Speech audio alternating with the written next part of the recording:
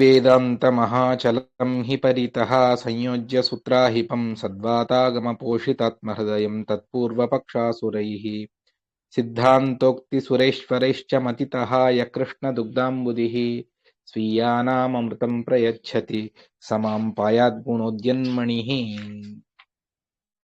सच्छास्त्रोदितवर्त्मना पदमिदं ध्यायन्मदङ्काङ्कितो मन्मन्त्रं जपशास्त्रसम्पदमतो दास्यामि भाग्यैः सह तत्तत्त्वान्यपि बोधयामि तदनुप्राप्यो मदङ्घ्रिर्भवेदित्याघोषयतीव यः करचयैः तं वाजिवक्त्रं भजे श्रये हयमुखं श्राव्य काव्यमार्गसमाप्तये सरागयोगिपूगोक्तस्तोत्रतोत्रवशं महः सिञ्जन्नूपुरशोभिपादकमलां मन्दस्मितोद्यन्मुखीं कञ्जाक्षीं कुचभारभीर्विलसन्मध्यां कणत्कङ्कणाम् संवाद्यैः परिसेवितां सुवसनां जाम्बूनदालङ्कृताम् अम्बां तां प्रणतोऽस्मि कृष्णरमणीं लम्बालकां रुक्मिणीम् सत्सङ्गमानससरोवरमध्यवर्ती कृष्णाङ्घ्रिचारुकमलार्पितचित्तवृत्तिः शास्त्रातिमञ्जुपदरञ्जितरम्यसंसत् आस्माकहृत्सरसिजेस्तु समद्वहंसः ताटङ्कद्वयशोभिकर्णयुगलं भ्राजद्दया वीक्षणम् पूर्णेन्दुद्युतिविद्रुमाधररुचा व्यामिश्रमन्दस्मितम् ईषत्कुञ्चितकुन्तलं सतिलकं नासोल्लसन्मौक्तिकम् भूयात्कूर्मसदृक्षगण्डयुगलं वाणीमुखं श्रेयसे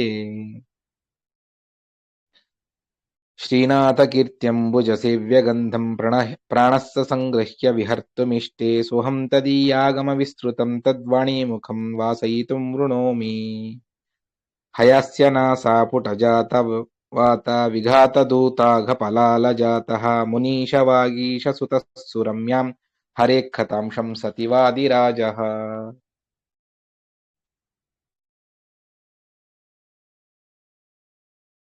तपोविद्याविरक्त्यादि सद्गुणौघाकरानहं वादिराजगुरून् वन्दे हयग्रीवदयाश्रयान्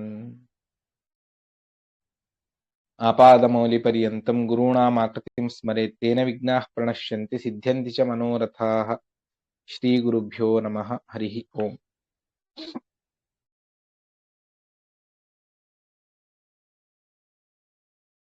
భగవంతుడి దయతో గురువుల అనుగ్రహంతో ఇవాల్టి నుండి 7 రోజుల వరకు రుక్మిణీష విజయం అనేటువంటి కావ్యాన్ని శాస్త్ర గ్రంథాన్ని సప్తాహ క్రమంలో మనం విందాము. దీనివల్ల అనేక ప్రయోజనాలను గ్రంథంలోనే వాదిరాజస్వాముల వారు చెబుతారు. ముఖ్యంగా కృష్ణ భక్తి, భగవంతుడి మహామహిమలు, అతడి గుణవర్ణన ఇవన్నీ కూడా చాలా అద్భుతంగా వర్ణించారు. ఇక లౌకికమైనటువంటి ప్రయోజనాలు కూడా చాలానే చెప్పారు. అందులో ముఖ్యంగా అవివాహితులకు వివాహ భాగ్యం, కంకణ భాగ్యం లభిస్తుంది అన్నటువంటి దాన్ని వాదిరాజస్వాముల వారి 2 కృతులు, ఒకటి రుక్మిణీష విజయం, రెండవది లక్ష్మీ శోభానం, 2 అటువంటివే. కంకణ భాగ్యాన్ని అర్థాత్ వివాహ సౌభాగ్యాన్ని కలిగిస్తాయి. వివాహమైన తర్వాత ఆ మాంగళ్యం స్థిరంగా ఆ దంపతులు అన్యోన్యంగా ఉండడానికి కూడా ఇది కారణమవుతుంది అన్నటువంటి అంశాన్ని మనకు ఈ 2 గ్రంథాలు తెలియపరుస్తూ ఉన్నాయి. ఇది రుక్మిణీష విజయము అన్నటువంటిది 19 సర్గలు ఇందులో ఉన్నాయి. ఈ మహాకావ్యం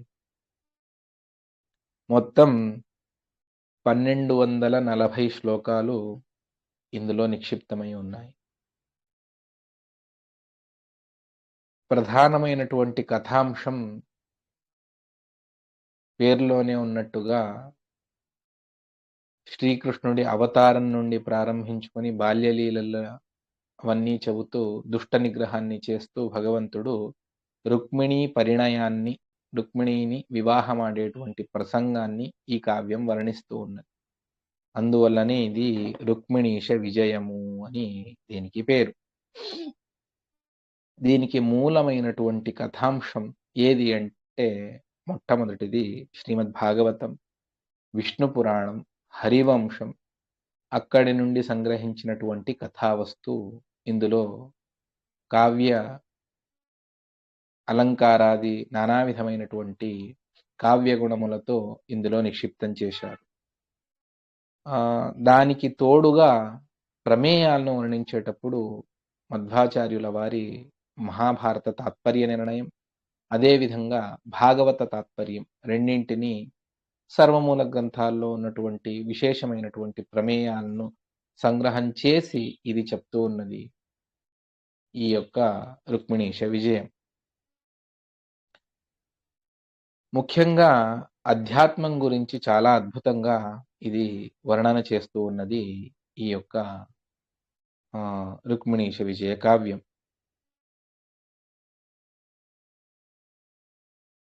మూలమైనటువంటి ప్రధానమైనటువంటి సిద్ధాంతానికి ఎక్కడ చ్యుతి లేకుండా చెప్పేటువంటిది ఈ కావ్యం యొక్క వైశిష్ట్యం. ఇది దీని రచనకు ఒక ఐతిహ్యాన్ని చెబుతారు సంప్రదాయంలో. అదేమిటి అంటే వాదిరాజస్వాముల వారు 3 సార్లు సమగ్రమైనటువంటి భూప్రదక్షిణాన్ని ఆ కాలంలో చేశారు. అందులో ఒక సందర్భంలో ఈ మహారాష్ట్ర పూనా ప్రాంతంలో సంచరించేటప్పుడు వారికి ఒక వార్త చెవిన పడుతుంది. అదేమిటి అంటే సంస్కృతంలో అతి దివ్యమైనటువంటి కావ్యం ఏదో దానికి ఏనుగు పైన అంబారీ వేసి అద్భుతంగా దాన్ని పురవీధుల యందు ఊరేగిస్తారు అన్నటువంటి మాట వినపడుతుంది. సరే, ఏ కావ్యము అంటే దానికి మాఘకవి యొక్క శిశుపాల వధ అన్నటువంటి కావ్యము. ఎందువల్ల అంటే అందులో చాలా అద్భుతమైనటువంటి అనేకానేక సాహిత్య కావ్య లక్షణాలన్నీ కూడా ఉన్నాయి. మహాకావ్యానికి కావలసినటువంటి ఎన్నో విషయాలు అందులో నిక్షిప్తమై ఉన్నాయి. వాటిని అన్నిటినీ కూడా చెబుతుంది. అందువల్ల దాంట్లో ముఖ్యంగా మహాకావ్యంలో ఏ లక్షణాలు ఉండాలి అంటే సర్గబంధ, మంగళాచరణ, ఉత్తమమైనటువంటి కథావస్తు, ధర్మాది పురుషార్థముల నిరూపణ ఉండాలి. ఆ కావ్యనాయకుడు లోకోత్తరంగా ఉండాలి. నగర వర్ణన, సముద్ర, పర్వత, ఋతు, చంద్రోదయం, సూర్యోదయం మొదలైనటువంటి వర్ణనలు, ఉద్యానవనాలు, జలక్రీడ, నానా విధమైనటువంటి శృంగార మొదలైనటువంటివన్నీ కూడా అందులో వర్ణించాలి. అలా వర్ణిస్తేనే అది మహాకావ్యము చెబుతారు. ఈ విధమైనటువంటి అన్ని లక్షణాలు మాఘకవి యొక్క శిశుపాల వధలో ఉన్నాయి. అందువల్ల దానిని వారందరూ కూడా ఉత్తమ కావ్యంగా పరిగణించి దాన్నే ఊరేగింపు చేస్తూ ఉన్నారు. దానికే మాన్యతనిచ్చారు అన్నటువంటి వార్త వాదిరాజ స్వాముల వారి చెవిన పడుతుంది. సరే అని వాదిరాజ స్వాముల వారు అప్పటికప్పుడు వారు ఆలోచన చేస్తారు.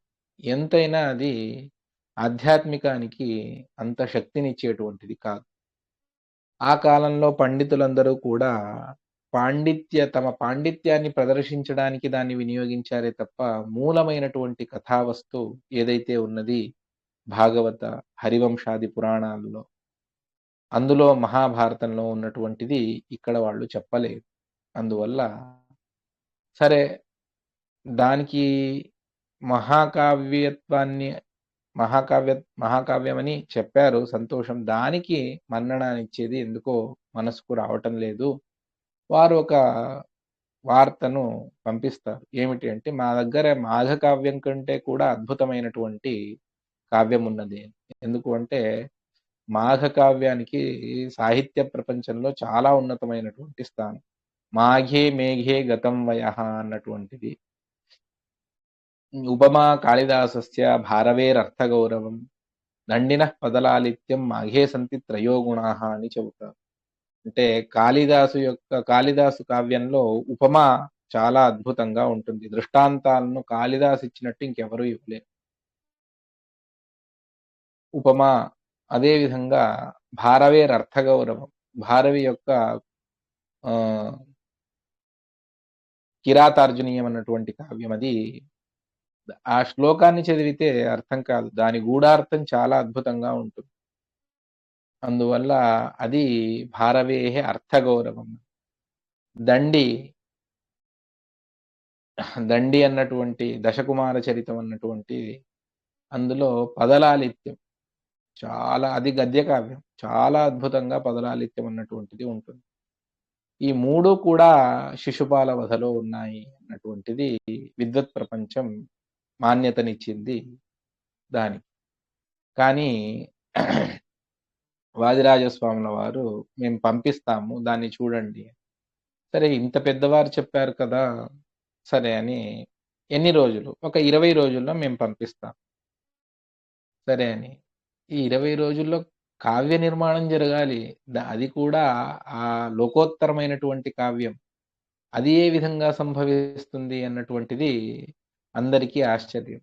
సరే మిగిలిన అన్ని పనులు మనం ఏదైనా ఒక పనిని ప్రారంభించాలి అనుకున్నప్పుడు మిగిలిన అన్ని పనులు పక్కకి జరిగిపోతాయి. మొట్టమొదట దేవుడి పూజ, జపం, అన్నీ పక్కన పెట్టేసి మిగిలిన పనులను మనం చూసుకుంటూ వెళతాం.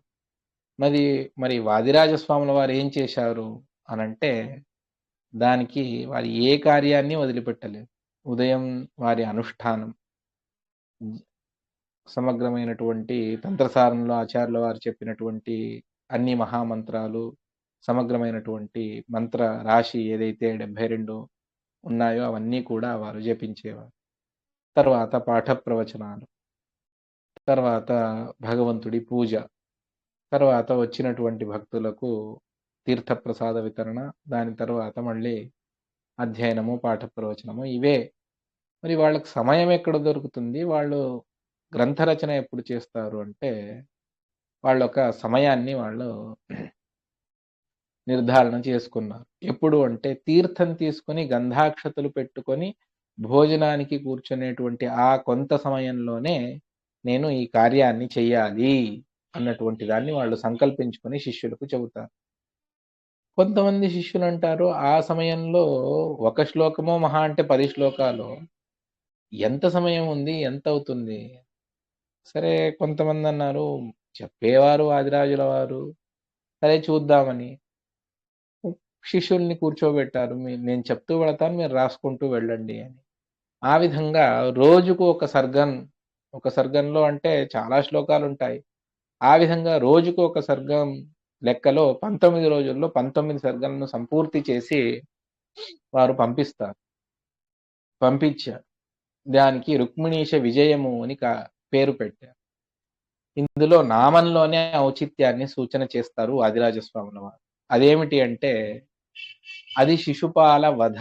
శిశుపాల అన్నటువంటి రాక్షసుడి సంహారం. వధ అన్నటువంటిది అమంగళం. అందులోనూ శిశుపాల ఆ రాక్షసుడు దానవుడు అతడి పేరును కావ్యం సూచిస్తూ ఉన్నది. అందువల్ల అది శ్రేయస్కరమైనటువంటిది కాదు. ఇందులో పేరులోనే ఔచిత్యం ఉన్నది. రుక్మిణీశ సర్వోత్తముడైనటువంటి భగవంతుడి యొక్క కీర్తిని లోకంలో ప్రసరిస్తూ ఉన్నది. అందువల్ల ఇది రుక్మిణీశ విజయము అని నామంలోనే ఔచిత్యాన్ని పెట్టి ఆ సమగ్రమైనటువంటి నానా విధమైనటువంటి అలంకారాలు అన్నీ చాలా అద్భుతంగా వర్ణన చేస్తూ భగవంతుడి యొక్క మహామహిమలను ఇందులో చెబుతూ ఉన్నారు వాదిరాజస్వామి. అదంతా పరిగణించి వాళ్ళు సామాన్యులు కాదు. నానా శాస్త్రాలను చదివినటువంటి మహానుభావులందరూ కూడా అక్కడ దీన్ని క్షుణ్ణంగా పరిశీలించి ఇదే ఉత్తమమైనటువంటి కావ్యము అని చెప్పేసి దీనికే మాన్యతనిచ్చి వారు అంబారీ వేసి చేశారు అన్నటువంటి ఐతిహ్యాన్ని మనం వింటాం. అటువంటి వాదిరాజస్వాముల వారి యొక్క దివ్యమైనటువంటి కృతి రుక్మిణీశ విజయము అని. ఇది ప్రారంభమే దీనికి మంగళాచరణంలోనే చాలా అద్భుతంగా వారు చెబుతారు. అదేమిటి అంటే శ్రీకారాన్ని అంటే శ్రీ అన్నటువంటి అక్షరాన్ని ప్రారంభంలో చేస్తూ మంగళాచరణ చేయాలి. ఆ మంగళాచరణలో కూడా వీళ్ళు శ్రీకారంతో చేస్తున్నారు. అంటే ఇది లక్ష్మీదేవి యొక్క విశిష్టమైనటువంటి సాన్నిధ్యంతో యుక్తమైనటువంటిది, సంపత్కరమైనటువంటి మీకు లోకంలో ఏ సంపదలు కావాలన్నా దీని ద్వారా మీరు పొందవచ్చు అన్నటువంటి అంశాన్ని సూచన చేస్తూ వాదిరాజస్వాముల వారు మంగళాచరణాన్ని చేస్తూ ఉన్నారు. అదే ప్రాయః వాళ్ళు చేసినటువంటి మంగళాచరణాన్నే నేను ప్రారంభంలో అంతా చెప్పాను. క్రమం కూడా అదే ఉన్నది. శ్రీవేదాంత మహాచలం హి పరితః సంయోజ్య సూత్రాహిపం సద్వాతాగమ పోషితాత్మ హృదయం తత్పూర్వ పక్షాసురైః సిద్ధాంతోక్తి సురేశ్వరైశ్చ మతితః యః కృష్ణ దుగ్ధాంబుదిః స్వీయానాం అమృతం ప్రయచ్చతి సమాం పాయాద్గుణోద్యన్మణిః అన్నటువంటిది మంగళాచరణం.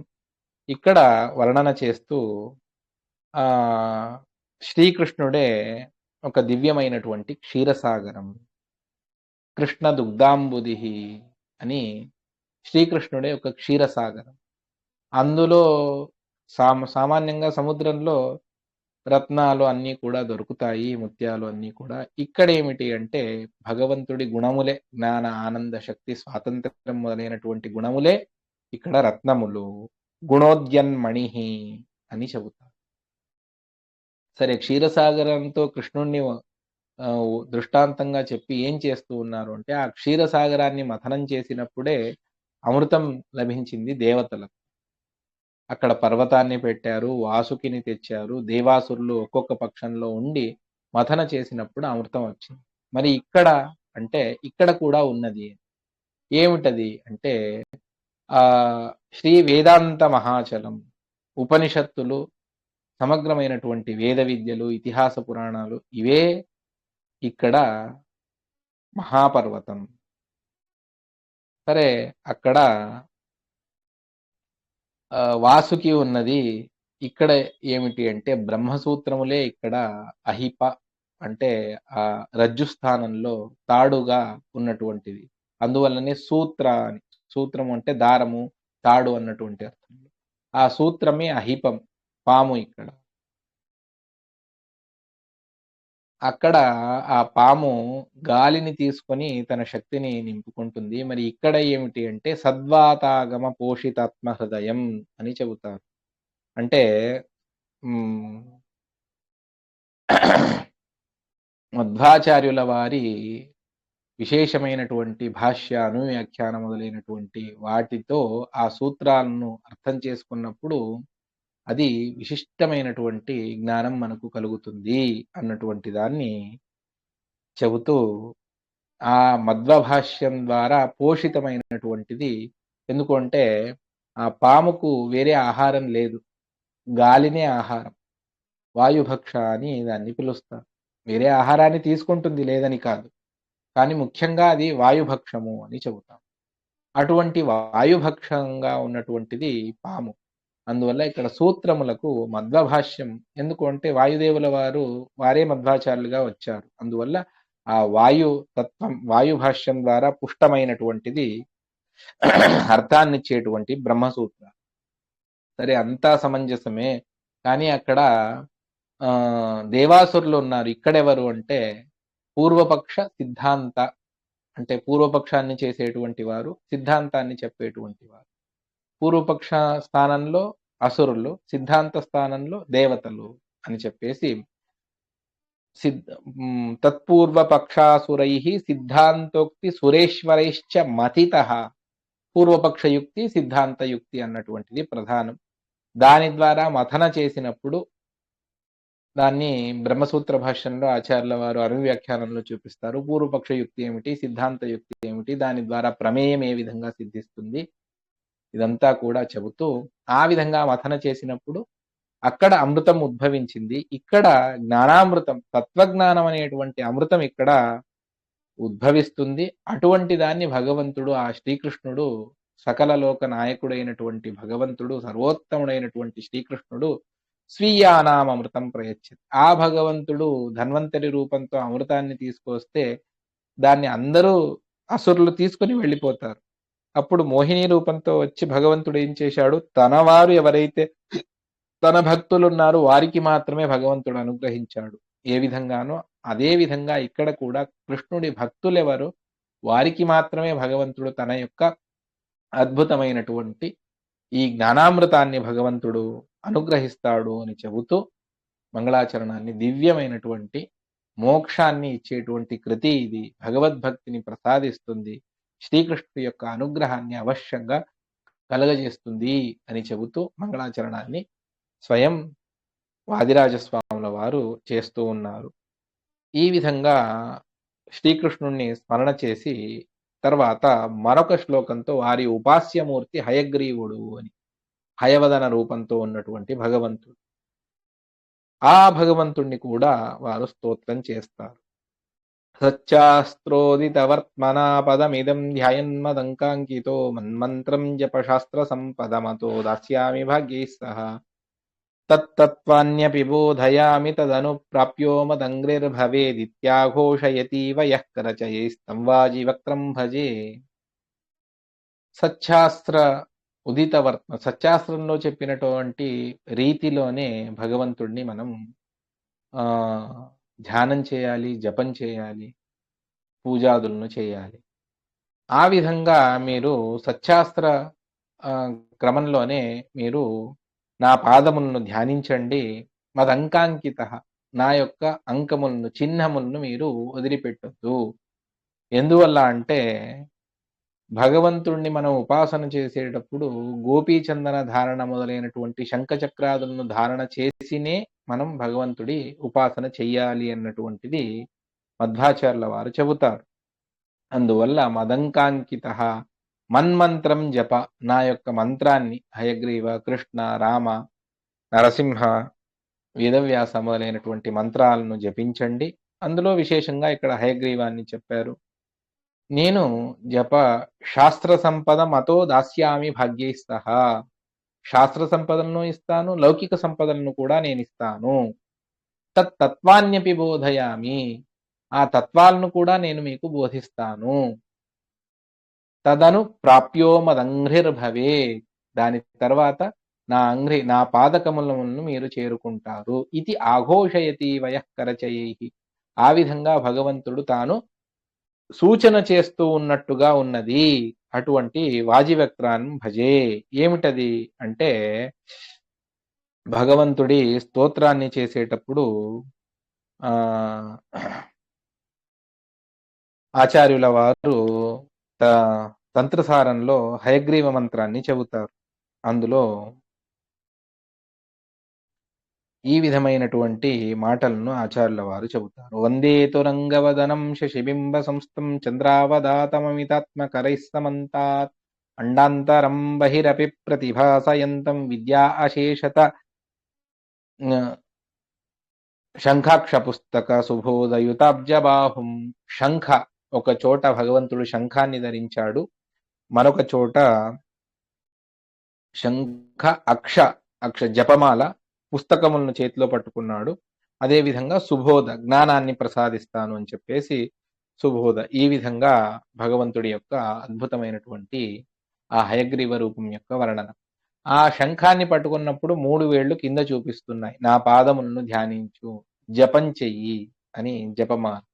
దాని ద్వారా మీకు జ్ఞానాన్ని మరియు ఆ శంఖ ఒక చోట పట్టుకున్నాడు భగవంతుడు, అది భాగ్యాన్ని సూచిస్తుంది, లౌకిక సంపదలను. పుస్తకం చేతిలో పట్టుకున్నాడు, అందువల్ల అధ్యాత్మ విద్యను కూడా సూచన చేస్తూ ఉన్నది. ఈ విధంగా సూచన చేస్తూ ఉన్నటువంటి ఆ హయగ్రీవ నామక భగవంతుడిని ధ్యానం చేయండి అని చెప్పేసి చెబుతూ, ఆ భగవంతుడు దేనికి వశమవుతాడు అంటే యోగీంద్రులు, మహాజ్ఞాన సంపన్నులు వారు స్తోత్రం చేస్తారు. ఆ స్తోత్రం చేస్తే, ఇప్పుడు గుర్రం మాట వినకపోతే చేతిలో ఒక బెత్తంతో కష అని చెబుతాం, దాంతో కొడితే అది మాట వింటుంది. కానీ ఇక్కడ భగవంతుడిని ఎవరు కొట్టలేరు. మరి భగవంతుడు వశం కావాలి అంటే సరాగయోగి పూవోక్త స్తోత్ర వశం మహా, స్తోత్రం అనేటువంటి భక్తితో చేసినటువంటి స్తోత్రానికి వశమయ్యేటువంటి ఆ భగవంతుడిని నేను కావ్య మార్గ సమాప్తి కొరకు నిర్విఘ్నంగా కావ్యం పరిసమాప్తం అవ్వాలి అని చెప్పేసి భగవంతుణ్ణి ఆశ్రయిస్తాను అని చెబుతూ, తర్వాత కేవలం భగవంతుడిని స్తోత్రం చేస్తే సరిపోదు, ఆ భగవంతుడి దాసి అయినటువంటి లక్ష్మీదేవిని కూడా స్మరణ చేయాలి. ఎందువల్లనంటే ఆ వాగింద్రియానికి ముఖ్యంగా ఆ లక్ష్మీదేవిని అభిమాని, వాగభిమానిని లక్ష్మి ప్రధానంగా. అవాంతరంగా ఇతర దేవతలు కూడా ఉన్నారు అని చెప్పేసి చెబుతాము. అది దాన్ని చెబుతూ రుక్మిణినే సాక్షాత్తు ఎందువల్ల అంటే దేవీ భాగ్యాత్మిక నృణామని ఆచార్యుల వారు తాత్పర్య నిర్ణయంలో చెబుతారు. అందువల్ల ఇక్కడ రుక్మిణీ స్తోత్రాన్ని చేస్తూ ఉన్నారు. ఎందువల్ల అంటే సాక్షాత్తు లక్ష్మీదేవినే రుక్మిణి. భగవంతుడికి ఏ విధంగా అవతారంలో భగవంతుడు మూల రూపంలో ఒక విధంగా, అవతార రూపంలో ఒక విధంగా అని కాదు. అక్కడ ఇక్కడ సమానమైనటువంటి వాడు భగవంతుడు. ఏ తేడా భగవంతుడి యందు వ్యత్యాసం ఉండదు అని. అదే విధంగా లక్ష్మీదేవి యందు కూడా ఉండదు అని చెప్పేసి చెబుతూ, దానికి సింజన్నూపుర శోభిపాద కమలాం మందస్మితోద్యన్ముఖీం అని చెప్పేసి స్తోత్రం చేస్తూ, ఆ లక్ష్మీదేవి తాను కాళ్ళ యందు గజ్జెలు స్త్రీలకు అది అలంకారం. అందువల్ల దాన్ని కట్టుకున్నది. ఆమె నడుస్తూ ఉన్నప్పుడు అద్భుతంగా ధ్వని చేస్తూ ఉన్నది. మందహాసంతో కూడినటువంటి ముఖం, మందస్మితోద్యం, కంజాక్షిం, కమలం వలె అద్భుతమైనటువంటి కళ్ళు, సకల లక్షణ యుక్తమైనటువంటి దేహం, వణత్కంకణాం, ఆ చేతుల యందు గాజులు ధ్వని చేస్తూ ఉన్నాయి. సాక్షాత్తు రుద్రాది దేవతలు ఆమెను సేవించుకుంటూ ఉన్నారు. అద్భుతమైనటువంటి పీతాంబరాన్ని ధరించింది. బంగారంతో నానా విధమైనటువంటి ఆభరణాలు. అటువంటి అంబాం తాం ప్రణతోస్మి కృష్ణరమణీం, జగన్మాత అయినటువంటి కృష్ణుడి భార్య అయినటువంటి రుక్మిణిని నేను ఆశ్రయిస్తాను, నమస్కరిస్తాను. తరువాత ముఖ్యంగా ఈ తత్వజ్ఞానం మాకు అనుగ్రహించిందే మధ్వాచార్యుల వారు. వారు హంస, పరమహంస, సన్యాసి శ్రేష్ఠుడు. హంస ఏం చేస్తుంది అంటే అది మానస సరోవరంలో ఉంటుంది. మరి మధ్వాచార్యుల వారు సత్సంగ మానస సరోవర మధ్యవర్తి. సజ్జనుల మనస్సులో అదే ఒక మానస సరోవరం. అక్కడ మధ్వాచార్యుల వారు ఉంటారు. మరి ఆ హంస పక్షి అది కమలంలో ఉన్నటువంటి మధును ఆఘ్రాణం చేస్తూ ఉంటుంది. మరి ఇక్కడ మధ్వాచార్యుల వారు ఏం చేస్తారు? వారు హంసగా చెప్తూ ఉన్నారు కదా అంటే, కృష్ణాంఘ్రిచారు కమలార్పిత చిత్తవృత్తి. కృష్ణుడు అనేటువంటి శ్రీకృష్ణుడి పాదకమలములు అదే దివ్యమైనటువంటి కమలములు. అక్కడే ఆ భగవంతుడి యొక్క అద్భుతమైనటువంటి గుణాలను ఎల్లప్పుడూ కూడా స్మరణ చేసుకుంటూ ఉంటారు. హంసపక్షి చాలా అద్భుతంగా నడుస్తుంది. దాని నడకను చూడడానికి ఎంతో మంది వెళుతూ ఉంటారు. మరి ఇక్కడ అంటే వీరు తమ భాష్యంలో అద్భుతమైనటువంటి పదవర్ణన చేసి భగవంతుడిని కీర్తిస్తూ ఉంటారు మధ్వాచార్యుల వారు. అందువల్ల శాస్త్రాతి మంజు పదరంజిత రమ్యహంస అటువంటి మధ్వాచార్యుల వారు మా మనస్సులో ఉండి మనకు మమ్మల్ని అనుగ్రహించని చెప్పేసి ప్రార్థన చేస్తూ, తరువాత తాటంకద్వయ శోభీకరణయుగలం అని చెప్పేసి సరస్వతీదేవిని స్తోత్రం చేస్తూ ఉన్నారు. 2 చెవుల్లో అద్భుతమైనటువంటి కర్ణాభరణాలను ధరించింది. తాను దయాదృష్టితో భ్రాజద్దయావీక్షణం, దయతో మమ్మల్ని చూస్తూ ఉన్నది. ఎందుకంటే ఆ కరుణాముఖాన్ని చూసినప్పుడే మనకు కరుణ అన్నటువంటిది. వారు పెద్దవారు కరుణతో మనల్ని చూడాలి. అప్పుడే వారి అనుగ్రహం మనకు కలుగుతుంది అని చెప్పేసి ఆ విధంగా దయావీక్షణాన్ని స్మరణ చేస్తూ, ఆమె ముఖం పరిపూర్ణ చంద్రుడు ఏ విధంగా కాంతియుక్తంగా ఉండాలో అటువంటి కాంతి, ఆ అధరములు విద్రుమ పగడం వలె అద్భుతమైనటువంటి ఎరుపు రంగులో ఉన్నాయి. దివ్యమైనటువంటి మందస్మితం, ఆ కుంతల ఆ శిరో ఒక రకంగా సుడి తిరిగినటువంటి అమ్మవారి యొక్క సరస్వతి యొక్క కేశపాశములు, సతిలకం, అద్భుతమైనటువంటి తిలకాన్ని ధరించింది. నాసోల్లసన్ మౌక్తికం, ముక్కుపుడక ధరించింది. అది కూడా చాలా అద్భుతంగా ఉన్నది. భూయాత్ అటువంటి ఆ వాణీముఖం సరస్వతీదేవి నన్ను అనుగ్రహించని అని చెప్పేసి, అదేవిధంగా ఎందుకు అంటే ఆ భగవంతుడి యొక్క అంబుజ సేవ్యగంధం, అతడి కీర్తిని స్వీకరించాలి అంటే అది మన వల్ల సాధ్యపడదు. అది శ్రీనాథ కీర్త్యంబుజ సేవ్యగంధం. అంబుజ అంటే కమలం. అందులో ఉన్నటువంటి ఆ అద్భుతమైనటువంటి సువాసనను స్వీకరించేటువంటి శక్తి మనకు లేదు. అది ఎవరు చేస్తారు అంటే, ఆ కమల పుష్పం పై నుండి గాలి వస్తే అప్పుడు మనకు ఆ వాసన తెలుస్తుంది. మరి ఇక్కడ కూడా కృష్ణుడి యొక్క అద్భుతమైనటువంటి చరిత్రను చెప్పేటువంటిది అది ముఖ్య ప్రాణమూర్తికి మాత్రమే ఉన్నది. అటువంటి ఆ ఆగమంలో విహరించడానికి నేను వాణీముఖాన్ని, ఆ అమ్మవారిని ద్రౌపదిని అర్థాత్ భారతీదేవిని నేను ఆశ్రయిస్తాను అని చెప్పేసి చెబుతూ, హయాస్యనాస ఆ హయగ్రీవుడి యొక్క ఆ నాసముల నుండి బయటికి వచ్చేటువంటి ఒక దివ్యమైనటువంటి గాలి ఏదైతే ఉందో అది మన పాపములన్నిటినీ కూడా దూరం చేస్తుంది. విధూత అఘ ఫలాల జాతః అటువంటి ఏ దోషము లేనటువంటి మునీష వాగీష సుత సురమ్యాం సాక్షాత్తు మునీశ్వరులైనటువంటి వాగీష తీర్థుల వారి కరకమల సంజాతులైనటువంటి వాదిరాజ అనేటువంటి పేరు గల నేను హరేః కథాం శంసతి ఈ భగవంతుడి యొక్క అద్భుతమైనటువంటి కవిత్వాన్ని చరిత్రను నేను చెబుతాను అని చెబుతూ స్వాహంకార ఖండన అని ఉంటుంది. దాన్ని నారాయణ పండితాచార్యుల వారు కూడా తమ మధ్వ విజయ కావ్యంలో చేస్తారు. దానికి అనుగుణంగా ఇక్కడ కూడా వీరు చేస్తారు. అదేమిటి అంటే, అపండితేనాపి మయార్జితేయం ముకుందలీలా కవికంఠమాల అకౌశలేన గ్రతితేతి జాతి ప్రసూనమాలాం కిముసంత్యజంతి. నేను అంత మహాపాండిత్యం ఉన్నటువంటి వాణ్ణి కాదు. వారు తమ అహంకార ఖండనకు చెప్పుకున్నదే కానీ వారంత పండితులు ఎవరూ లేరు. అద్భుతమైనటువంటి పాండిత్యం వాదిరాజస్వాముల వారికి ఉన్నది. కానీ అపండితేనాపి నేను పండితుడిని కాకపోయినా ఇక్కడ చెప్పినటువంటి కథావస్తు ముకుందలీల అది కవి కంఠమాల. కవులు దాన్ని కంఠంలో ఆభరణంగా ధరిస్తారు. అంత దివ్యమైనటువంటిది భగవంతుడి చరిత్ర. మరి అకౌశలేన నాకు ఏ కౌశలం అద్భుతమైనటువంటి నైపుణ్యం పాండిత్యం ఏదీ లేకపోయినా నేను దీన్ని రచన చేశాను అన్నంత మాత్రం చేత దీన్ని వదిలిపెట్టొద్దు. ఎందుకు అంటే ఒక మాలాకారుడు అప్పుడప్పుడే నేర్చుకుంటూ ఉన్నాడు. వాడికి సరిగా రాదు. కానీ అక్కడ ఉన్నటువంటి పుష్పములు మాత్రం జాతి పుష్పములు అని, జాజులు అని మనం అంటాం. దివ్యమైనటువంటి గంధయుక్తమైనటువంటిది. అటువంటి ఆ ప్రసూనమాల పూలమాలను అది సరిగా లేదు అన్నా కూడా పూలు బాగున్నాయి కదా అని చెప్పేసి మనం తీసుకుంటాం. ఆ విధంగా ఇందులో ఉన్నటువంటి కృష్ణుడి చరిత్ర అది దివ్యమైనటువంటిది.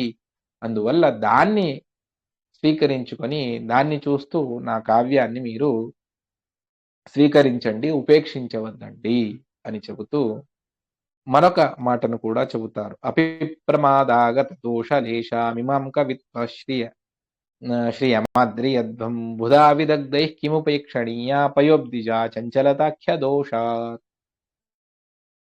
ఏదన్నా ప్రమాదం వల్ల ఇందులో ఏదైనా తప్పు కనపడితే తప్పే లేదు. ఉంటే అంతమంది మహానుభావులందరూ కలిసి దీన్నెందుకు దీనికి మాన్యతనిచ్చి ఎందుకు ఊరేగింపు చేస్తారు? కానీ తమ యొక్క కావ్యంలో గుణాలను చెప్పడానికి వారు చెప్పేటువంటి మాట, ఏదైనా దోషం వస్తే దాన్ని కవిత్వశ్రియం ఆద్రియధ్వం ఈ కవిత్వాన్ని స్వీకరించండి. ఎందువల్ల అంటే చంచలత డబ్బుకు ఎప్పుడు చాంచల్యం ఒక చోట నిలబడదు. అన్నంత మాత్రం చేత దాన్ని మీరు పయోబ్ధిజ చంచలతాఖ్య దోషాత్ దాన్ని బుద్ధివంతులు ఎవరైనా తెలివి గలవాడు ఎవరైనా దాన్ని ఇది చంచల దోషం ఉన్నది అందువల్ల నేను డబ్బు స్వీకరించను అని ఎవ్వరూ అనరు. అందరికీ డబ్బు కావలసిందే. ఆ లక్ష్మిని ఏ విధంగా స్వీకరిస్తారో అదే విధంగా నా కావ్యశ్రీని కూడా మీరు స్వీకరించండి అని మహానుభావులకు చెప్తున్నారు. మనకు కాదు. వారికంటే గొప్పవారు ఎవరైనా ఉన్నారో వారికి నా దీంట్లో ఏదైనా దోషం ఉన్నా కూడా మహానుభావులు దీన్ని స్వీకరించండి అని చెబుతారు. ఇక్కడి నుండి ఇక కథ ప్రారంభమవుతుంది. ఇంతవరకు మంగళాచరణం, స్వాహంకార ఖండన చెబుతూ అసంఖ్య పాపాచల కోటి భాజాం దితేస్సు దానాం వశమాగతేయం అసహ్య భారార్ధిత సర్వగాత్రి జగామధాత్రి శరణం విరించిం. మహాపాపములను చేసినటువంటి దుర్జనులు చాలా మంది ఉన్నారు. లెక్కకు మిక్కిలి దుర్జనులు రాక్షసులందరూ కూడా వారి సంఖ్య కోట్లలో ఉంది. కోటి భాజ దితేస్సుతాన వారి వశంలోనే ఈ భూమి ఉండిపోయింది. అసహ్య భారార్దిత.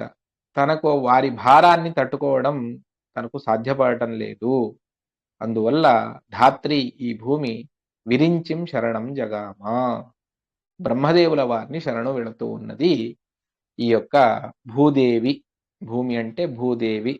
ప్రతి ఒక్క వస్తువుకు కూడా, ప్రతి ఒక్క తత్వానికి కూడా అభిమాని దేవతలున్నారు అన్నటువంటి అంశాన్ని ఆచార్యుల వారు సూత్రకారులే అభిమాని వ్యపదేశాస్తు విశేషానుగతిభ్యాం అన్నటువంటి ద్వితీయాధ్యాయం ప్రారంభంలోనే చెబుతారు. ఆ విధంగా ఇక్కడ కూడా అభిమాని దేవతలు వారు భూదేవి తాను బ్రహ్మదేవుల వారికి శరణు వెళ్ళింది. ఎందువల్ల అంటే నాకు భారం ఎక్కువ అవుతూ ఉన్నది, నేను మోయలేకపోతున్నాను. అదేమిటి, అలా ఎలా ఉంటుంది? ఇంత పెద్ద పర్వతాలను మోస్తుంది, సముద్రాలను, నదులను, వృక్షాలను, ప్రాణులను మోస్తుంది. ఈ రాక్షసులను మోయడం భూమికి చేత కాలేదా అంటే అందులో నిక్షిప్తమైనటువంటి అంతరార్థాన్ని మీరు తెలుసుకోండి అంటారు వాదిరాజుల వారు. అదేమిటి అంటే భూమి భారము అనడానికి అర్థం ఏమిటి? భూభారం. భూభారం, రాక్షసులందరూ వచ్చారు, భూమికి భారమైంది. భూమికి భూభారం అన్నటువంటి శబ్దానికి అర్థం ఏమిటి? ముఖ్యంగా దాన్ని తెలుసుకోండి అంట. ముకుంద విద్వేషి భరేణ భిన్నా బభూవ సాక్షాంతి యుతాపి ఖిన్నా తతాహి లోకే పతి నిందకేభ్య పతివ్రతానామ పరక్వ భారః. వాళ్ళందరూ, రాక్షసులందరూ కూడా ఏం చేస్తారు? భగవంతుణ్ణి ద్వేషిస్తారు. ముకుంద విద్వేషి, అదే వారి యొక్క తర్వాత క్రూరమైనటువంటి హింసా ప్రవృత్తిని కలిగి ఉంటారు, మోసం చేస్తారు, జనులను పీడిస్తారు, అనావిధమైనటువంటి దుష్ట కార్యాలన్నింటినీ కూడా వారు చేస్తూ వెళతారు. ముఖ్యంగా వారిలో ఉన్నటువంటిది ముకుంద విద్వేషం. కానీ భూమి క్షాంతియుతాపి, భూమికి క్షమా ధరిత్రి ధరణి క్షోణిజ్య కాశ్యపి క్షితి అని చెబుతారు. అంటే ఆ క్షమాగుణం కలది భూమి, దేన్నైనా సహించుకుంటుంది. మరి అంత సహించుకునేటువంటి భూమి రాక్షసులను సహించుకోలేదా అంటే సహించుకోలేదు. ఎందుకు అంటే వారు ఎటువంటి వారు అంటే భగవంతుడిని ద్వేషించే. భగవంతుడు ఎవరు అంటే ఈ భూదేవికి పతి. వరాహ రూపంలో ఈ భూదేవిని, అంటే సాక్షాత్తు లక్ష్మీదేవికి కూడా భూదేవి అన్నటువంటి రూపం ఉన్నది. ఆ లక్ష్మీదేవి రూపం ఈ ధరణి, ఈ అవాంతర భూదేవి అని మనం భూమిని ఏదైతే పిలుస్తూ ఉన్నామో ఆ భూదేవి యందు ఆ సాక్షాత్తు లక్ష్మీదేవి యొక్క సన్నిధానం ఉన్నది. అందువల్ల ఈమెను భూదేవి అని పిలుస్తారు. అటువంటి ఈ భూమి తన పతి అయినటువంటి ఆ భగవంతుడి యొక్క నిందనను సహించడం లేదు. అందువల్ల వాడు భారమవుతూ ఉన్నారు. ఎందుకు అంటే లోకంలో పతివ్రత స్త్రీలకు అతి కష్టమైనటువంటిది ఏది అంటే తన పతిని ఎవరైనా తన ఎదురుగా నిందిస్తే దాన్ని సహించుకోలేరు. మిగిలిన అన్నిటినీ వాళ్ళు సహించుకోగలరు పతివ్రత స్త్రీలు. కానీ తన భర్తను అదే జరిగితే ఇంకా ఆవిడ పతివ్రత స్త్రీ ఎందుకు చెప్పండి? తన భర్తను నిందించినా సహించుకుంది అంటే ఆమె పతివ్రత స్త్రీ కాదు. అందువల్ల పతివ్రత స్త్రీలకు పతినింద తతాహి లోకే పతినిందకేభ్యః పతివ్రతానాం అపరక్వ భారః అని అడుగుతారు. పతివ్రత స్త్రీలకు దానికంటే భారం ఏదైనా ఉన్నదా? లేదు. అందువల్లనే వెనకటి శ్లోకంలో అసంఖ్య పాపాచల కోటి భాజాం అని చెబుతారు.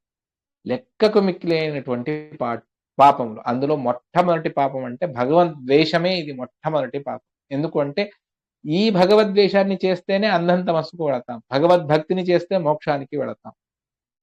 భక్తి ఏ విధంగా గుణముల్లో ప్రధానమైనటువంటిదో అదే విధంగా ద్వేషముల్లో పాపముల్లో విష్ణుద్వేషం అతీ ప్రధానమైనటువంటి, దానికంటే ఘోరమైనటువంటి పాపం ఇంకొకటి లేదు. దాన్నే చేసేటువంటి వారు రాక్షసులు. అందువల్ల తన పతినే ద్వేషిస్తే, తన పతినే నింద చేస్తే, నానా విధాలుగా తిడితే ఏ పతివ్రతా స్త్రీ సహించుకుంటుంది చెప్పండి? అందువల్ల భూమికి యద్యపి క్షమ అన్నటువంటి పేరున్నా కూడా దీన్ని మాత్రం ఆ భూదేవి తాను సహించుకోలేదు. అందువల్ల చాలా దీనవదనంతో తాను వెళ్ళి బ్రహ్మదేవుల వారి దగ్గరికి తాను వెళుతూ ఉన్నది, శరణు వెళ్ళింది. ఏ విధంగా వెళ్ళింది అంటే నిశమ్య గోబ్రాహ్మణ ముఖ్య బంధుం ధ్రువం ముకుందం శరణం వ్రజంతి బభూవ గోరూపధరాధరా సా తమార్తభారాపహరం చ దీనా. భూదేవి గోరూపంలో వెళ్ళింది. ఎక్కడ చెప్పారు గోరూపంలో వెళ్ళింది అని? వాదిరాజస్వాముల వారు చెప్పారా? లేదు. భాగవతంలో స్వయం వ్యాసుల వారే చెబుతారు. గౌర్భూత్వా అశ్రుముఖీ ఖిన్న రుదంతి కరుణం యథా. ఏడుస్తూ ఏడుస్తూ మనస్సులో చాలా బాధలను పెట్టుకొని గోరూపంతో వెళ్ళింది. ఎందుకు గోరూపంతో వెళ్ళింది అని అక్కడ భాగవతంలో మనకు స్పష్టం అవ్వదు. ఇక్కడ వారు ఉత్ప్రేక్ష చేసి చెబుతారు. అదేమిటి అంటే ఆ భగవంతుడు గోబ్రాహ్మణులకు ముఖ్య బంధువు. గోబ్రాహ్మణ హితాయచ అని మహాభారతం కూడా మనకు చెబుతుంది. అందువల్ల నమో బ్రహ్మణ్య దేవాయ గోబ్రాహ్మణ హితాయ చ జగద్ధితాయ కృష్ణాయ గోవిందాయ నమో నమః అన్నటువంటిది ఇది మహాభారతంలో శాంతి పర్వంలో భీష్మస్తవ రాజంలో వచ్చేటువంటి శ్లోకం ఇది. నమో బ్రహ్మణ్య దేవాయ గోబ్రాహ్మణ హిత. అందువల్ల గోరూపంతో వెళితే భగవంతుడికి గోవుల మీద ప్రేమ ఎక్కువ. అందువల్ల మనకు మనకు దేని మీద ఆసక్తి ప్రేమ ఉంటుందో అది కనిపించిన వెంటనే మనం దాన్ని దగ్గరికి తీసుకుంటాం. ఆ విధంగా నేను గోరూపంతో వెళితే భగవంతుడు నన్ను ఆదరిస్తాడు, అవశ్యంగా నా యొక్క మొర వింటాడు, నన్ను ఉద్ధరిస్తాడు అని ఆలోచన చేసి భూమి గోరూపంతో వెళ్ళింది. గో అన్నటువంటి పేరు భూమికి కూడా ఉన్నది. గో అన్నటువంటి పదానికి అనేక అర్థాలను చెబుతూ గో అంటే భూమి, అదే భూమి గో ఆవు రూపంలో ధేను రూపంలో వెళ్ళింది. వెళ్ళి తాను భగవంతుణ్ణి శరణు వెళుతూ ఉన్నది. సాక్షాత్తు భగవంతుడి దగ్గరికి వెళ్ళలేం కాబట్టి బ్రహ్మదేవుల వారి వాయుదేవుల వారి ద్వారానే వెళ్ళాలి. అందువల్ల బ్రహ్మదేవుల వారి ద్వారానే తాను వెళుతూ ఉన్నది. అత్యంత దీనంతో తమార్త భారాపహరంచ దీనా. ఆ విధంగా ధర తాను వెళుతూ ఉన్నది. సరే, వారందరూ ఏం చేశారు? బ్రహ్మదేవుల వారి దగ్గర వెళ్ళిన వెంటనే బ్రహ్మదేవుల వారే దానికి ఏదైనా ఆమె యొక్క బాధను, ఆమె యొక్క కష్టాలను దూరం చేశారా అంటే లేదు. బ్రహ్మదేవుల వారు దేవతలందరినీ పిలుచుకొని భగవంతుడి దగ్గరికి వెళతారు. ఎందుకు అంటే విరించి వైరించి ముఖామరేష స్వపారతంత్రం భువి దర్శయంతః. మేమెవ్వరం సమర్థులం కాము. భూదేవికి వచ్చినటువంటి కష్టాన్ని నివారించడానికి భగవంతుడే సమర్థుడు. ఎందుకు అంటే అతను స్వతంత్రుడు, మేమందరం పరతంత్రులం. స్వపారతంత్రం భువి దర్శయంతః. ఆ పరతంత్రం అన్నటువంటిది బ్రహ్మాది దేవతలకు తెలుసు, దేవతలకు తెలుసు, ఋషులకు తెలుసు. కానీ భూమి అందున్నటువంటి సామాన్య జనులైనటువంటి మనకు తెలియదు కదా. బ్రహ్మదేవుల వారే ఆ పనిని చేసేస్తే ఓ బ్రహ్మదేవుల వారే స్వతంత్రులు అని మనం అనుకుంటాం. కానీ బ్రహ్మదేవుల వారు మనకు తెలియాలి అని చెప్పేసి దేవతలందరినీ పిలుచుకొని తాము భగవంతుడి దగ్గరికి వెళుతూ ఉన్నారు. ఎవరెవరు? విరించి వైరించి ముఖామరేష. బ్రహ్మరుద్రులే మొదలైనటువంటి దేవతలు, అంటే మిగిలిన గరుడ శేష రుద్రాది దేవతలు అందరూ, ఇంద్రాది దేవతలు. హరింధరా కార్యకృతే గృణంతః. ఈ భూమి యొక్క కార్యాన్ని భగవంతుడు చెయ్యాలి అని చెప్పేసి స్తోత్రం చేస్తూ పురాన్నిరీయురు హృదితం స్మరంతః. తమ తమ స్థానముల నుండి, తమ తమ పురముల నుండి భగవంతుడి దగ్గరికి భగవంతుడిని స్మరణ చేస్తూ వెళతారు. అంటే మనం దేవాలయానికి వెళ్ళేటప్పుడు కూడా భగవంతుడిని స్మరణ చేస్తూ భగవంతుడి స్తోత్రాన్ని పారాయణం చేస్తూ వెళ్ళాలి అన్నటువంటి అంశాన్ని చెబుతూ ఉన్నారు. పురాన్నిరీయురు హృది తం స్మరంతః హరింధరా కార్యకృతే గృణంతః. గృణంతః అంటే స్తోత్రం చేయడం, స్మరంతః అంటే స్మరణ చేస్తూ వారందరూ కూడా భగవంతుడి దగ్గరికి వెళ్ళారు. సురావళీ సాశ్రుతివర్ణ్యవేష నభస్థలే నష్టతమిస్త్రజాలే యయౌ యతీంద్రైరపి యత్నగమ్యాం పయోబ్ధివేలాం పతదూర్మిమాలాం. ఎక్కడికి వెళ్ళారు? క్షీర సముద్రానికి వెళ్ళారు. క్షీర సముద్రంలో ఒకవైపునకు వాళ్ళు వెళ్ళారు. వారు తమ తమ వేషములతో వెళ్ళారు. ఏమిటా వేషములు? తర్వాత వాళ్ళే చెబుతారు. పురాణ శృతివర్ణ వేష, వేదముల్లో వారికి ఏదైతే చెప్పారో అటువంటి వేషములతోనే వారు, వేద శాస్త్రముల్లో ఏ వేషములనైతే చెప్పారో, ఏ ఆకారములనైతే చెప్పారో ఆ విధంగా వారు వెళ్ళారు. ఎక్కడ వెళ్ళారు? మార్గం ఏమిటి? నభస్థలం. ఆకాశంలో వాళ్ళు వెళుతూ ఉన్నారు. నష్టతమిస్త్రజాలి వారి యొక్క కాంతి వల్ల అక్కడ ఏ విధమైనటువంటి తమస్సు అంటే చీకటి లేదు. యయౌ యతీంద్రైరపి యత్నగమ్య మహామహా యతిశ్రేష్ఠులు వారందరూ కూడా ఇంద్రియ నిగ్రహంతో సాధన చేసుకొని ప్రయత్నపూర్వకంగా వెళ్ళేటువంటి ఆ భగవంతుడి స్థానానికి దేవతలందరూ కూడా చేరుకున్నారు. యతిశ్రేష్ఠులు ప్రయత్నపూర్వకంగా వెళ్ళాలి, దేవతలు అనాయాసంగా వెళతారు అన్నటువంటి అంశాన్ని మధ్య మధ్యలో సూక్ష్మాంశాలు చాలా ఉన్నాయి. అన్నిటినీ చెప్పడం కుదరదు. ముఖ్య కథా వాహినికి భంగం లేకుండా చెప్తూ వెళతాను. తతోబ్జభూక్షీరపయోబ్ది తీరే సమాధిమస్తాయ సుసంయతాక్ష వారు సమాధిలో కూర్చొని స్థిరాసన ప్రాణగణాన్ని నియమ్య ప్రజక్రమే ప్రాంజలిరాత్మదీక్ష అబ్జభూహు ఆ కమలంలో ఉన్నటువంటి వారు ఆ పయోబ్ది తీరంలో అందరినీ దేవతలందరినీ ఒకవైపు నిల్చోబెట్టి సమాధి అసంప్రజ్ఞాత సమాధిలో భగవంతుణ్ణి స్థిరాసనం అది పద్మాసనం ఆ విధంగా కూర్చొని ప్రాణాలను ఇంద్రియాలన్నింటినీ కూడా నిగ్రహించుకొని భగవంతుణ్ణి ధ్యానం చేయడానికి ప్రారంభించారు. ఎప్పుడైతే వారు పద్మాసనంలో కూర్చున్నారో అప్పుడే వారికి పద్మాసన అని బ్రహ్మదేవుల వారికి పద్మభూహు అబ్జభూహు పద్మాసన అని పేరు. ఎందుకు అంటే భగవంతుడి నాభి నుండి కమలం ఉద్భవించింది, కమలంలో ఉద్భవించారు, అందువల్ల కమలోద్భవ అని. ఇంకొక కారణం కూడా ఉన్నది. అదేమిటి అంటే యదా సపద్మాసన సంస్థితోలం జజాప విద్యామితరైరవేద్యాం తదా ప్రభృత్యేవ జగత్సూనం బభూవ పద్మాసన శబ్దితోసౌ ఎప్పుడైతే పద్మాసనంలో కూర్చొని భగవంతుడిని ధ్యానం చేశారో అప్పటి నుండి వారికి పద్మాసన అంటే ఒక కారణం ఉండే ఉన్నది. ఈ కారణం చేత కూడా వారికి పద్మాసన అన్నటువంటి ఉత్ప్రేక్ష చేస్తారు. ఈ విధంగా పద్మాసన అన్నటువంటి పేరు. పద్మాసనంలో కూర్చొని జపించారు అన్నటువంటి మాటని చెప్పారు. అంటే జపానికి ముఖ్యంగా పద్మాసనం చాలా అవసరం. నేను చైర్లో కూర్చొని, కొంతమందికి ఏదో ఇది పడుకొని వింటూ ఉంటారు, కొంతమంది కూర్చొని వింటూ ఉంటారు. ఇవన్నీ కూడా తప్పు.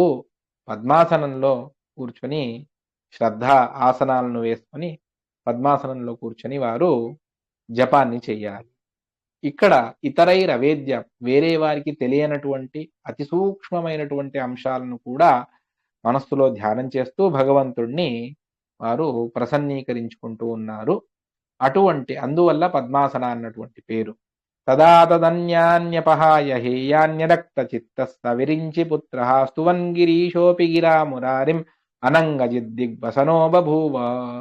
అదే సమయంలోనే బ్రహ్మదేవుల వారు ధ్యానం చేస్తూ ఉన్నారు అన్న తర్వాత దాన్ని చూసి తెలుసుకొని రుద్రాది దేవతలు కూడా అదే విధంగా చేయడం ప్రారంభించారు.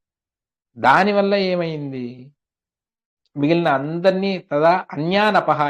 అందరినీ కూడా వదిలిపెట్టేసి హేయమైనటువంటి సాంసారిక విషయముల యందు ఆసక్తి లేకుండా హేయాని అరక్త చిత్త సవిరించ పుత్ర బ్రహ్మదేవుల వారి కుమారుడైనటువంటి అతడు స్తువన్ గిరీశోపి ఆ గిరీశ అని పేరు రుద్రదేవుల వారు గిరా మురారిం అనంగజిద్దిగ్వసనోభవు భగవంతుణ్ణి మురారిని స్తోత్రం చేస్తూ తాను అనంగజిత్ దిగ్వసన గిరీశ అన్నటువంటి పేర్లు వచ్చాయి.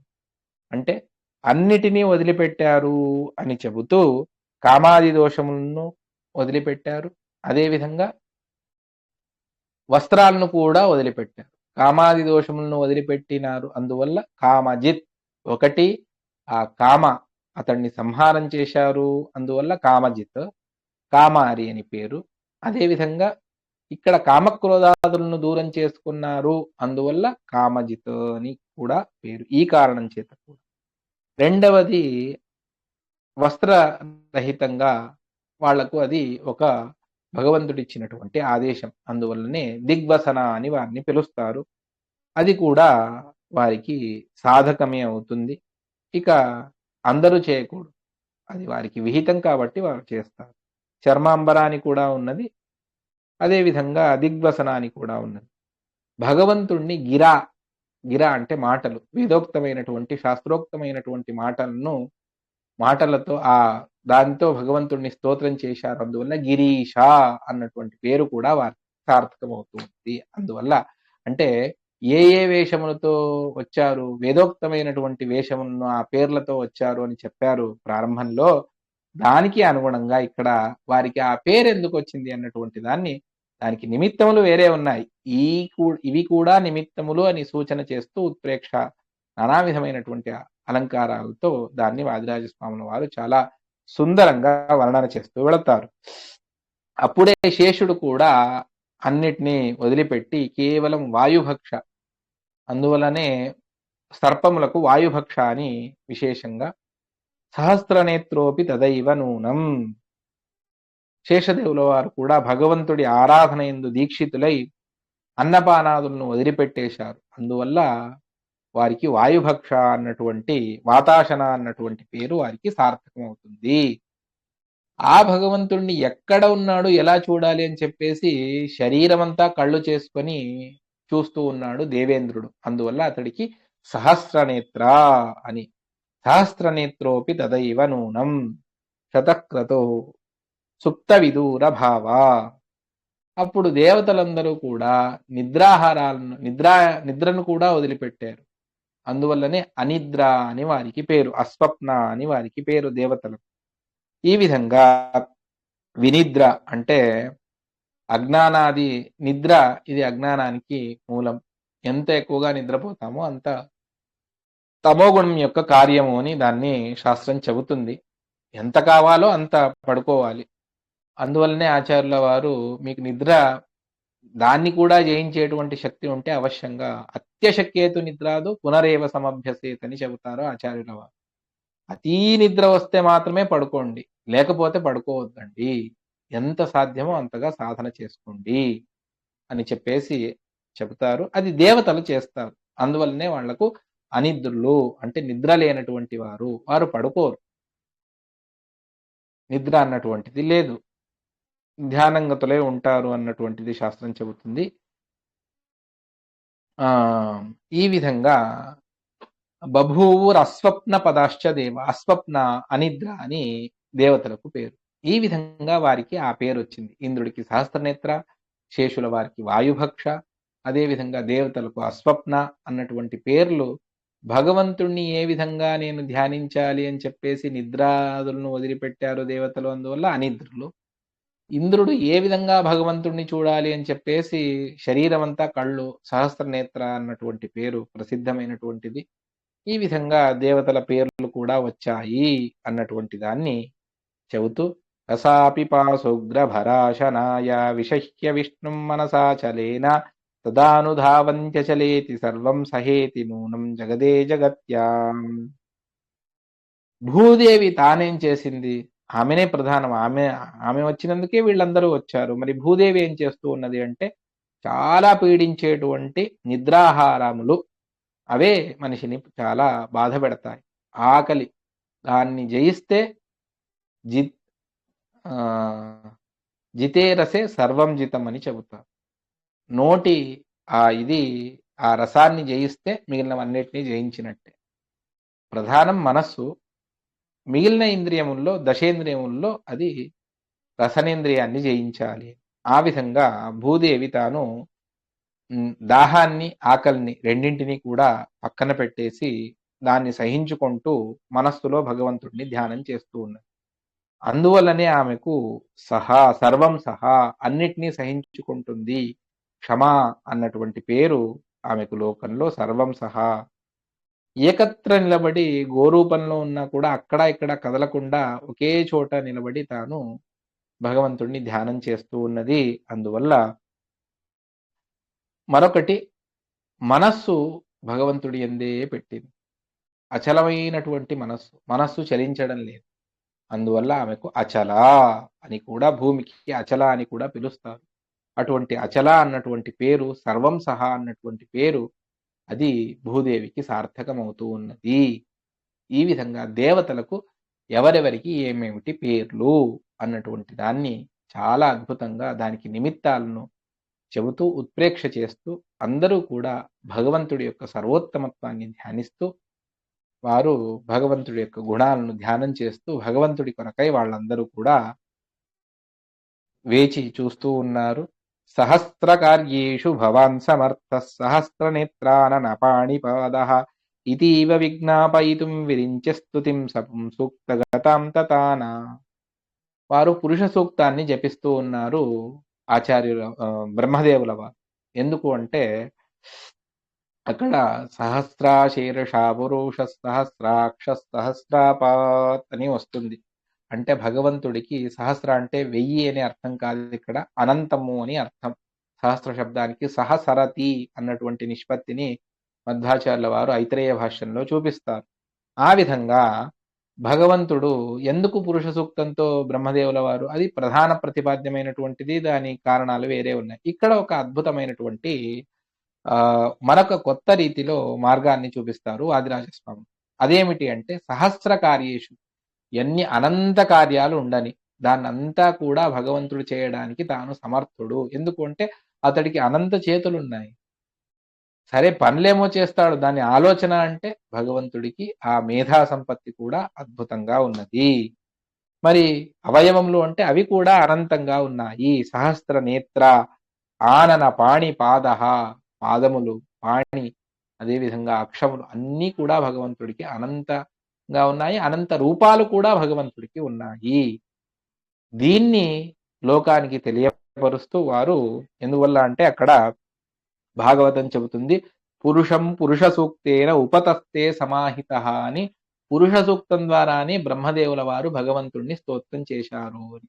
అందువల్ల దాన్ని సూచన చేస్తూ బ్రహ్మదేవుల వారు, నీవు ఏ కార్యాన్నైనా అవలీలగా చేస్తావు స్వామి, వేరే వారికి అది సాధ్యపడదు అన్నటువంటి అంశాన్ని లోకానికి తెలియపరుస్తూ బ్రహ్మదేవుల వారు తాము స్తుతింస పుంసూక్త గతాం తతానా